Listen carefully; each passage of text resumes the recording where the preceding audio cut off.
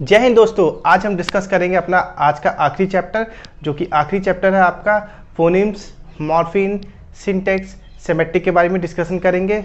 और most probably जितने भी इंपॉर्टेंट टॉपिक्स थे जहां से क्वेश्चन आपके इंग्लिश पेडोलॉजी में पूछे जाते थे वो मैंने कवर करा दिए। आप मेरी प्लेलिस्ट में जाके चेक कर सकते हैं। और ये अब आज का ये लास्ट वीडियो है। बाकी जो कुछ थोड़ा बहुत रहेगा मैं इस प्लेलिस्ट में इंक्लूड करता रहूँगा, छोटे छोटे वीडियोस के फॉर्म में, आप उसको देखते रहिएगा, ठीक है। और कल से हम स्टार्ट करेंगे अपनी टेस्ट सीरीज़, इंग्लिश की टेस्ट सीरीज़। साथ के साथ या तो हिंदी को मैं उठाऊँगा या चाइल्ड डेवलपमेंट को मैं आपको एक्सप्लेन करूँगा, ठीक है। तो जो लोग मेरे चैनल पर नए हैं प्लीज़ एक बार मेरे चैनल को लाइक, शेयर और सब्सक्राइब करना ना भूलिएगा। कंटिन्यू करते हैं आज का अपना पहला टॉपिक।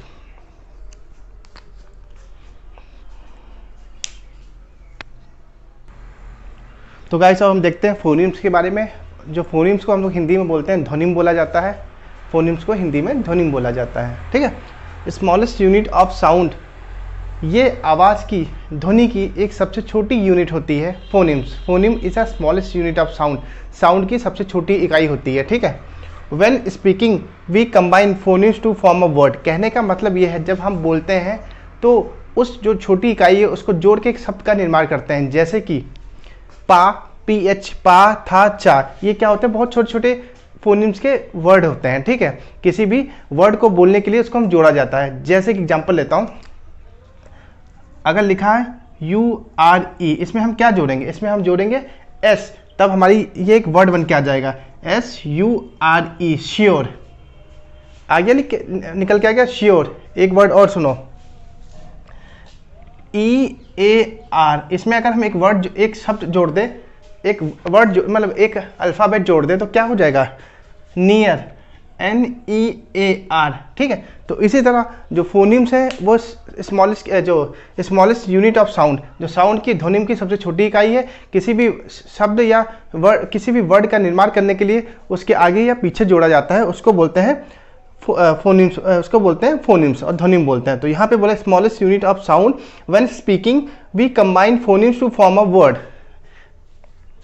ठीक है। तो जैसे यहाँ पे URE था उसमें S जोड़ दिया तो एक शब्द बन गया श्योर। ERE था, ईयर था, उसमें आगे N जोड़ दिया, नियर बन गया। ऐसे तो जो स्मॉलेस्ट यूनिट कौन सी होती है, पा हो, था है, चा है, ठीक है। जिनमें कोई शब्द हो उसके आगे या पीछे कोई ऐसा शब्द, कोई अल्फ़ाबेट जोड़ा जाए या वॉवल जोड़ा जाए, वो शब्द बन जाए, तो उसको बोलते हैं, आपको फोनिम्स बोला जाता है, ध्वनिम बोला जाता है। आई होप ये आपको क्लियर हो गया होगा। अब इसके बारे में और समझते हैं। ये मैं रब कर रहा हूँ, आप लोग लिख लेना, ठीक है। हमारे सबने बचपन से ABCD पढ़ी होगी। ABCD में कितने वर्ड्स होते हैं, कितने लेटर्स होते हैं, तो सब जानते होंगे 26 लेटर्स होते हैं। ALAP, अल्फ़ाबेट्स हमारे टोटल कितने होते हैं, 26 होते हैं। उन 26 अल्फ़ाबेट से हमारे कितने वॉवल्स होते हैं, हम लोगों ने पढ़ा है बचपन से, 5 वॉवल्स होते हैं। AEIOU, 5 वॉवल्स, ठीक है। तो हमारे 26 अल्फ़ाबेट से हमारी वॉवल साउंड बनती हैं। कितनी वॉवल साउंड बनती हैं, हमारी जो टोटल वॉवल साउंड बनती है वो 20 वॉवल साउंड बनती है, 20 वॉवल साउंड बनती हैं। इन 5 से 20 वॉवल साउंड बनती है, ठीक है। और कॉन्सोनेंट कितने बनते हैं, तो 24 कॉन्सोनेंट बनते हैं, 24 कॉन्सोनेंट बनते हैं आपके, कॉन्सोनेंट साउंड, कॉन्सोनेंट साउंड भैया, 20 वॉवल साउंड। तो हमारे 26 अल्फ़ाबेट से 20 वॉवल साउंड निकलती हैं और 24 कॉन्सोनेंट साउंड मिलती है। अगर आपसे टोटल बोल दिया जाए, अगर आपसे क्वेश्चन पूछा है कि टोटल फोनिम्स हमारी कितनी है, तो टोटल फोनिम्स हमारी कितनी होंगी, 20 + 24 = 44 फोनिम्स होती हैं। 44 हमारी फोनिम्स होती हैं। ये क्लियर हो गया।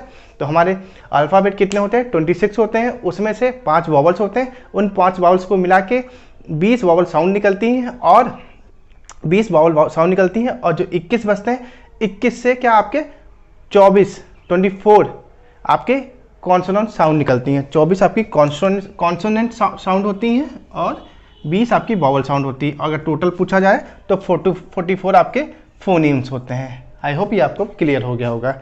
अब बढ़ते हैं आगे।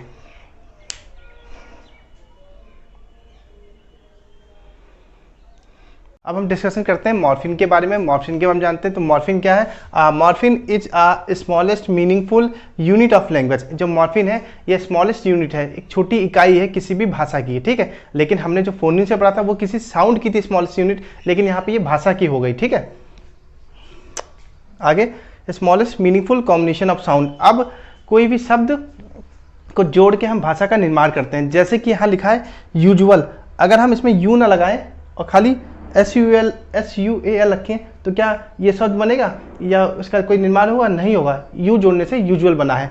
जैसे डिजायर, अगर हम डिजायरेबल बोलना है तो अगर डिजायर में ABLE नहीं जोड़ेंगे तो क्या ये आपका मॉर्फिन बन पाएगा? नहीं बन पाएगा। तब इन दोनों शब्द को जोड़ के आपका जो शब्द निकल के आ रहा है उसको बोलते हैं मॉर्फिन। किसी भी शब्द का निर्माण करने के लिए दो शब्दों को आपस में जोड़ा जाता है तब उनका अर्थ निकल के आता है। तो आप लोग समझे थे पहले फोनिम्स क्या था? किसी भी वो साउंड की सबसे छोटी इकाई थी, लेकिन मॉर्फिन आपकी क्या है? किसी भी लैंग्वेज की सबसे छोटी इकाई है। आई होप ये आपको क्लियर हो गया। अब आगे बढ़ते हैं। गाइस एक बार मेरे चैनल को लाइक, शेयर और सब्सक्राइब ना करना भूलिए।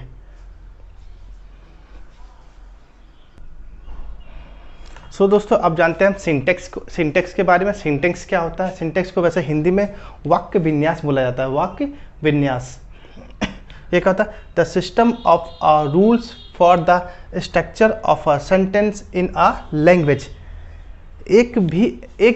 कोई भी सेंटेंस है, ठीक है, उसको पढ़ने के लिए हमको रूल्स और रेगुलेशन की जरूरत पड़ती है। सिंटेक्स क्या होता है? एक मीनिंगफुल अर्थ निकल के आए। लेकिन किसी भी सेंटेंस का मीनिंगफुल अर्थ निकल के कब आएगा?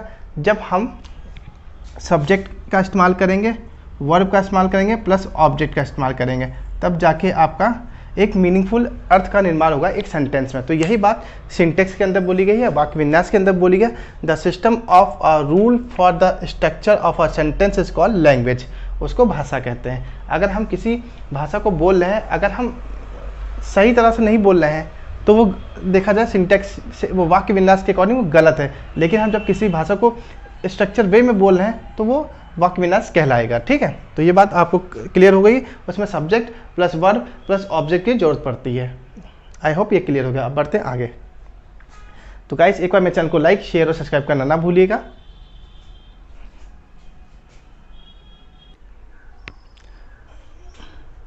आइए अब जानते हैं सिमेटिक्स के बारे में। सिमेटिक क्या होता है? किसी भी शब्द का एक रियल मीनिंग निकल के आया उसको बोलते हैं सिमेटिक, अर्थपूर्ण निर्माण किसी चीज़ का, ठीक है। The study of a meaning of a word and a phrase in a sentence. किसी भी सेंटेंस में जो उसके शब्द हैं उनका प्लस फ्रेजेस की मीनिंग निकल के आए उसको बोलते हैं सिमेटिक। जैसे कि कई बार हम लोग बोल नहीं देते हैं my uncle drives a cycle, तो देखा जाए ये सिंटैटिकली तो सही है पर सीमेटिकली गलत है। क्यों गलत है? अब समझो। ये एग्जांपल ले लेता हूँ। My uncle drives a cycle. अब यहाँ पे देखो ड्राइव वर्ड जो ये होता है ये आपका अभी सेंटेंस को आप पढ़ रहे हो लेकिन ये आपको सिंटैटिकली तो सही लग रहा है, लेकिन कई बार जब आप देखा होगा आपने SSC का जो क्वेश्चन आता है उसमें एरर दिया होता है, find the error in this sentence. ये सब चीज़ें उसमें इंपॉर्टेंस रखती हैं, ठीक है। सिंटैटिकली भी, मॉर्फिन्स भी, सब चीज़ उसमें बहुत इंपॉर्टेंस आती हैं, ठीक है। तो माई अंकल ड्राइव्स अ साइकिल, आपने सुना होगा जो ड्राइव वर्ड होता है किसके लिए यूज़ किया जाता है? ड्राइव बस मोस्ट प्रॉब्ली आपका जो 4 पहिया वाली गाड़ी होती है 4 व्हीलर उनके लिए यूज़ किया जाता है, और लेकिन 2 पहिया वाली होती है उनको राइड वर्ड यूज़ किया जाता है, RIDE। तो यहाँ पे अगर जब इसको जब बोलेंगे ड्राइव, तो ड्राइव क्या होगा? ड्राइव जब हम बोलेंगे my uncle drives a car, तब तो ये आपका सिंटैटिकली और सिमेट्रिकली दोनों सही है, ठीक है, दोनों सही है। लेकिन जहाँ ड्राइव, अगर यहाँ पे ड्राइव लिखा है तो ये सिंटैटिकली बोलने में तो सही लग रहा है लेकिन कहीं ना कहीं गलत लिखा है, क्योंकि ड्राइव नहीं लिखा है। यहाँ पे ड्राइव की जगह यहाँ पे ड्राइव नहीं लिखा होना चाहिए था, यहाँ पे राइड लिखा होना चाहिए था। तो इसकी जगह पे राइड का वर्ड आना चाहिए, RIDE राइड। जैसे हम लोग कभी कभी बोलते नहीं है, जैसे कभी कोई किसी के यहाँ ख़त्म होता है तो बोलते नहीं है वो फलाने एक्सपायर्ड हो गए, ठीक है, एक्सपायर्ड वर्ड कभी होता ही नहीं है। एक्सपायर्ड वर्ड तो हमेशा उनके लिए होता है जैसे दवाइयाँ हो गई या कुछ खाने पीने के जो सामान होते हैं उनके लिए यूज़ किया जाता है एक्सपायर्ड। डाइड या मृत्यु वर्ड का इस्तेमाल किया जाता है जब इंसान कोई मर जाता है, लेकिन हम लोग क्या गलत बोल देते हैं। वो फलान जो हमारे पड़ोस के अंकल थे वो हमारे जो पड़ोस के अंकल थे वो एक्सपायर कर गए। एक्सपायर क्यों कर जाएंगे यार? तो दवा चीज़ कोई खाने पीने की दवा थोड़ा थे, वो तो इंसान थे। तो खाने पीने की जब कोई चीज़ होगी तब हम बोलेंगे एक्सपायर कर गई, मेडिसिन एक्सपायर हो गई, अब हम उसको नहीं खा सकते। लेकिन जब कोई व्यक्ति मरेगा तो बोलेंगे डाइड, मर गया। ठीक है, तो यही बात यहाँ पे। अब इस सेंटेंस को एक बार फिर से समझा देता हूँ। My uncle drives a cycle. Drive word यहाँ पे इस्तेमाल नहीं होगा क्योंकि यहाँ पे चार पहिए की गाड़ी नहीं है। जहाँ पे चार पहिए या 4 व्हीलर की बात होगी वहाँ पे ड्राइव का इस्तेमाल किया जाएगा, जहाँ 2 व्हीलर की बात होगी वहाँ पे राइड का इस्तेमाल किया जाएगा। तो आई होप ये आपको क्लियर हो गया होगा। ठीक है दोस्तों, तो जिसमें अगर देखा जाए आपका जो अब इसका मतलब समझ लो क्या है। सिमेंटिक्स मतलब होता है the study of meaning of a word and phrases in the sentence. वह सेंटेंस जिसमें शब्द और उसके फ्रेजेस का सही तरह से इस्तेमाल किया गया हो उसको बोलते हैं सिमेट्रिक। जिसका अर्थ पूरी अच्छी तरह से आंसर वो मीनिंग निकल के आ रही हो उसको बोलते हैं सिमेट्रिक। जैसे my uncle drives a car, ये सिंटैक्टिकली और सिमेट्रिकली बिल्कुल सही है। लेकिन अगर जब हम बोलेंगे my uncle ride a car, तब ये सिंटैक्टिकली तो सही है पर सिमेट्रिकली गलत हो गया। क्योंकि वो क्या है, अभी मैंने क्या बोला, my uncle drives a cycle. Drive और साइकिल, ड्राइव मैंने बताया साइकिल के लिए राइड यूज होगा और 4 पहिए के लिए आपका ड्राइव यूज होगा। ठीक है, तो ये बस बात इसके अंदर थी। अब आज से जितने भी आपके इंपॉर्टेंट टॉपिक्स हैं इंग्लिश के मैंने कवर कर दिए हैं और इसको नोट डाउन आप लोग कर लीजिएगा और इसको लाइक शेयर सब्सक्राइब भी किया करिएगा। ठीक है, और अब टेस्ट सीरीज में कंटिन्यू करूंगा और बाकी कुछ छोटे छोटे अगर टर्म्स रह जाएंगे तो मैं इस प्लेलिस्ट में इंक्लूड कर दिया करूंगा, आप उसको भी देख लिया करिएगा। और साथ के साथ मैं कल से हिंदी या फिर आपकी चाइल्ड डेवलपमेंट स्टार्ट करूंगा और टेस्ट सीरीज इंग्लिश की चलती रहेगी, उसको आप फॉलो करते रहिएगा और ये इन्फॉर्मेशन अपने दोस्तों को भी शेयर किया करिए। ठीक है, अब मिलते हैं आप लोग से अगले लेक्चर में। टाटा बाय बाय, जय हिंद।